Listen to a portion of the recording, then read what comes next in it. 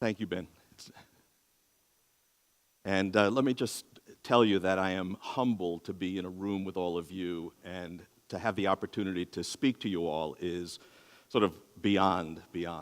I wanted to tell you about our Project Echo Nevada, but you've heard so much of what I'm going to tell you that I'm mostly just going to tell you about myself, I guess. At least there'll be something that you haven't heard before. So, I'm an endocrinologist, and I spent most of my career practicing as an endocrinologist in the suburbs of New York City. I was born and raised in New York City and practiced for more than 25 years.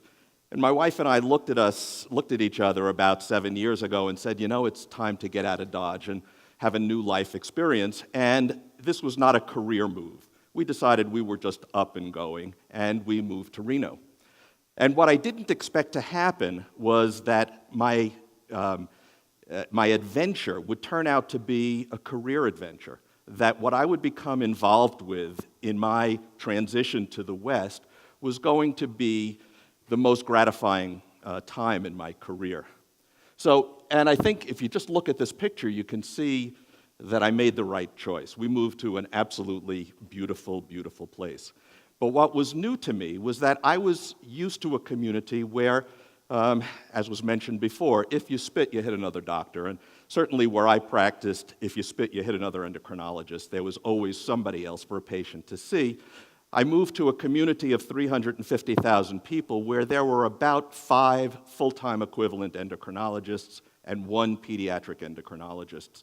This was an environment where not every patient could be seen. I had never experienced that in my years of practice. And this came as a shock. I'm not sure why I was shocked, but it was certainly different.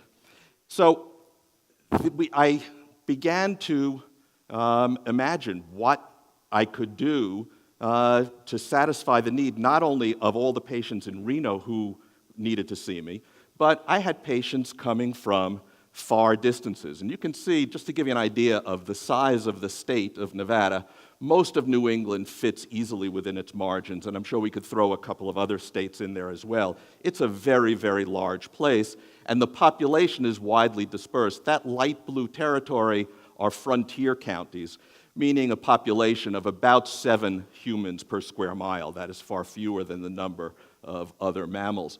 And as you can see, Reno is in the very far west corner, and I had patients who were coming from all different parts of the country, from the state, from Winnemucca, Battle Mountain, and Tonopah to see me. And it was a little bit gratifying. On some level, it was good news. They had somebody they could come to see.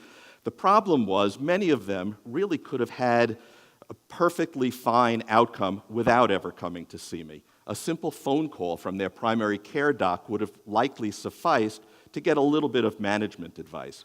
My practice experience in New York was that if I had a question about management, I'd pick up the phone and call a buddy and say, hey, what do you think I ought to do? Or I'd bump into him or her in the hospital and ask that question. And sometimes they would say, well, you better send that patient to me. And since we've talked about it, I can squeeze her in the next couple of days. This didn't happen. I was shocked at the small number of phone calls I ever got. Oftentimes, they would say, well, you don't need to send the patient. You know, I've seen that kind of result before. Just repeat that test. They're so frequently in error. Do it again and see what happens, and then call me. Or I've seen a lesion like that. Just put a steroid cream on that and see what happens. So we had a care community that was sort of mutually supportive, and you were able to get a lot of advice off the cuff and quickly. That did not seem to exist in Nevada. And what I sensed was that distance and culture really had sort of stifled a care community, that somehow community had disappeared from the care system. And I found this incredibly troubling and frustrating. In fact, it was kind of soul-crushing. Patients traveled so far. It was so wasteful of their time and money. It was so non-patient-centered. It was so oblivious to their social situation. And also so isolating to all of the providers. Everybody was siloed and not readily communicating with each other. So we thought about options, and, well, what did I know? So I had heard of telemedicine. I said, well, maybe that's the solution. I can communicate with patients in rural counties and save them the travel. And we visited a couple of sites doing telemedicine, and it was kind of cool, I gotta tell you. The equipment was awesome. They had all sorts of attachments, and you could stick tubes in patients from large distances. Very cool, but not germane to what I do, and I didn't see that this would be terribly beneficial, though I did see that there were applications. I had the opportunity to try teleendocrinology because our big hospital in Reno began a telemedicine program, but it was ultimately so frustrating. The reality is that seeing a patient on a video screen is not the same as seeing them in the office. It's just a different experience. And ultimately, I realized I was just trading one patient for another. I would see a patient on video. It meant a patient in Reno wasn't getting seen. It was a zero-sum game, ultimately not denting the demand for services. Well, then we caught wind of Project ECHO, and some of our team from Reno came down and met Sanjeev and the rest of the ECHO team and spent a couple of days here and saw ECHO in action. And came back to Reno. I walked into the house after coming from the airport, and I'm not the most emotive person, and my wife asked me how the trip had gone, and I kind of blew myself and her away. I said, I've been waiting my whole career for this to happen. It was so invigorating, so inspiring, and I felt like I had found what I was looking for. It was one of those life moments that you cherish forever. So, what did we do? Well, we first went to the dean and said, can you give us some money? And I think we just happened to go on the right day. The dean had some money, and we received a $200,000 anonymous gift to serve as seed money. This was December 2010. We have husbanded those funds to this day. We launched our first ECHO clinic in April 2012, and that was a diabetes and cardiovascular risk reduction clinic. And we've sort of been on a roll ever since. So, we've all seen these pictures. ECHO clinics look pretty much alike no matter where you do them. What was so exciting? Well, to me, it was the ability to share information and knowledge and experience in a way that was separated from the traditional transfer model. We were able to share experiences, and what I felt was that sharing of primary care providers and specialists added richness. There was incredible value to that interaction. It was experiential, it was cultural, but ultimately, I'm sure that transitions to the care of the patient, and it's a wonderful, wonderful thing. We started our replication program by doing road trips, and we traveled thousands of miles around Nevada in our white van, going from town to town, trying to get a needs assessment, and we did. What we found was that everything was in need. As a community doc, I'm kind of more tactical than strategic, and I felt that the thing to do was to roll out as many echoes as we could, and it depended upon us to enlist the faculty that was available. So what we did was to speak to the entire faculty and see where we could create clinics. And over the course of 18 months, we created diabetes, general endocrinology, rheumatology, sports medicine, antibiotic stewardship, and general infectious disease.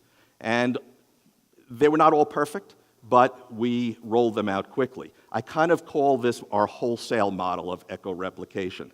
Once we had the facility and the technology and the model, it seemed to us that it was cheaper to just keep adding clinics. It was the right time to do it. Some might call this the leap before you look model as well. But it has worked for us, and ECHO has made its presence felt in the state of Nevada. So I want to tell you one story that I think really points up the value and the potential for ECHO, because where we've had our greatest impact is in mental health. And all of Nevada is a mental health provider deficient state. There's a little pocket in Las Vegas where I guess there are a couple of mental health professionals. Otherwise, mental health across our state is provided by psychologists, marriage and family therapists, and social workers working in small clinics or independently. They are so overburdened. These are heroes of healthcare as far as I'm concerned, and they have little access to consultants. They have little opportunity for collaborative practice. They work on their own. Well, Steve Graybar created a model of mental health echo clinics that has been remarkable. He envisioned these groups as being small and very stable to facilitate sharing and interaction. And the response has been overwhelming. Steve's had to clone this model to have multiple of these groups with which he meets twice a week. And the outcomes have been stupendous in terms of the satisfaction of the providers. And we hope these will stabilize mental health in communities. Let me just tell you that the extension of access to care, the increasing burden of disease, and our aging population makes business as usual untenable, as you know. Only by empowering primary care providers and trashing our entrenched model of specialty care can we ever hope to deliver enough care to all who need it. So I think that ECHO, for me, allows me to conceive what the care model is going to look like in the future. And the more and more widely we disperse this model, access becomes a potentially realizable endgame. So thank you very much.